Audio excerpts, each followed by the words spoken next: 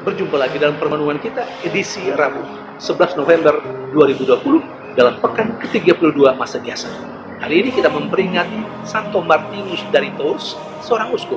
Dan bacaan-bacaan liturgi yang kita pakai hari ini, bacaan yang pertama dari surat Rasul Paulus kepada Titus bab 3 ayat 1 sampai dengan 7, dan bacaan Injil dari Injil Lukas bab 17 ayat 11 sampai 19.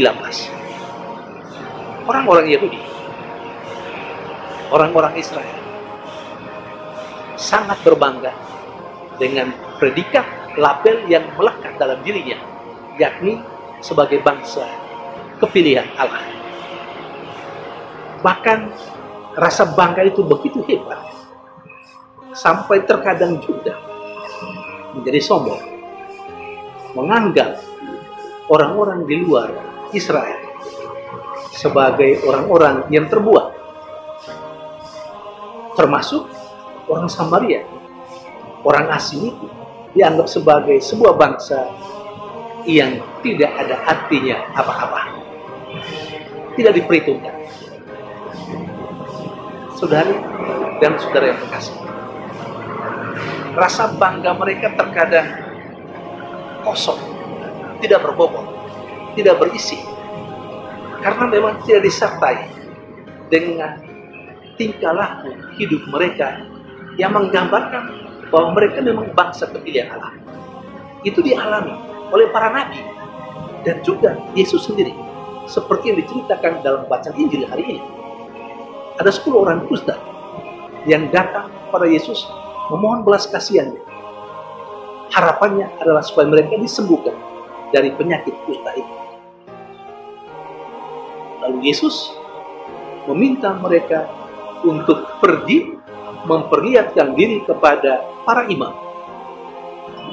Dan dalam perjalanan itu, mereka semua menjadi tahir. Namun, dari 10 orang kusta itu, cuma satu, yakni orang kusta yang berasal dari Samaria. Setelah menyadari bahwa dia telah tahir dari penyakit kusta, dia kembali untuk memuji, memuliakan Allah, dan sujud menyembah pada Yesus dan bersyukur kepadanya. Dan Yesus bertanya, di manakah 9 orang yang lain? Saudari dan saudara terkasih, 9 orang lain yang telah tahir adalah orang-orang Israel. Coba lihat, hanya orang Samaria yang menyadari bahwa dirinya telah tahir kembali untuk ucap syukur. Sementara orang-orang Yahudi, 9 orang kusta yang telah tahir juga itu, sama sekali tidak muncul, tidak mengucap syukur kepada Allah dalam diri Yesus Kristus. Bangga menjadi orang Yahudi sebagai bangsa kepilihan Allah, tapi tingkah lakunya jauh dari harapan Allah. Saudari dan saudara yang terkasih, Paulus menasihatkan Titus seperti yang diceritakan dalam bacaan yang pertama, untuk melaksanakan tugasnya dengan baik, memberi nasihat yang baik kepada orang-orang yang mendengarkan dia, dan pelaksanaan tugas itu sebagai ungkapan syukurnya atas rahmat yang telah dia terima. Rahmat apa itu? Yakni Titus menjadi orang yang percaya kepada Yesus. Kita tahu, saya berharap demikian, Titus sesungguhnya dibaptis oleh Paulus dan menjadi teman seperjalanan Paulus dalam karya-karya kerasulan.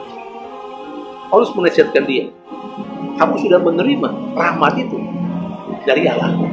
Sekarang laksanakan tugasmu dengan baik, mewartakan dan memberi nasihat dengan baik, karena itulah cara mengucap syukur kepada Allah yang telah memberikan karunia yang istimewa kepadanya. Saudara dan saudara yang terkasih, tentu dalam semangat yang sama, Martinus dari Tours, uskup itu, dia sesungguhnya berasal dari Hungaria Barat. Dilahirkan tahun 316, berasal dari keluarga kafir. Kemudian masih dalam umur yang sangat muda, ia masuk tentara. Dan karena tugas, sampailah dia di Prancis. Dan di Prancis, dia akhirnya dibaptis. Kemudian dia meninggalkan profesinya sebagai tentara, lalu masuk menjadi seorang rahib di bawah bimbingan Santo Hilarius. Dan tahun 371 ia diangkat menjadi uskup Tours di Prancis. Dan di dalam penggembalaannya, banyak kota dan desa di Prancis menjadi orang-orang yang percaya kepada Yesus. Tentu, apa yang dilakukan oleh Martinus, uskup itu, adalah ungkapan rasa syukurnya kepada Allah yang telah memanggil dia dan memilih dia menjadi orang yang percaya kepadanya, dan lebih lagi menjadi seorang uskup. Saudari dan saudari terkasih, saya kira kalau kita menyadari dan merenungkan hidup kita, banyak rahmat dan kasih karunia yang telah kita terima dari Allah.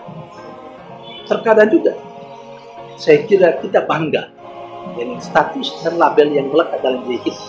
Label apa saja, sekurang-kurangnya yang sama. Kita mungkin merasa bangga kalau kita menjadi seorang Katolik. Tetapi baiklah kebanggaan itu tidak menjadi kebanggaan yang kosong. Kalau kita mampu menjalani hidup, atau kita mampu menghidupi keimanan kita dengan baik, kekatolikan kita dengan baik. Saudara, mari kita terus membangun kehidupan Katolik yang baik, kehidupan sebagai orang yang percaya kepada Yesus secara baik, supaya kebanggaan bahwa kita percaya pada Yesus juga menjadi nyata dalam kehidupan kita sehari-hari. Tuhan memberkati.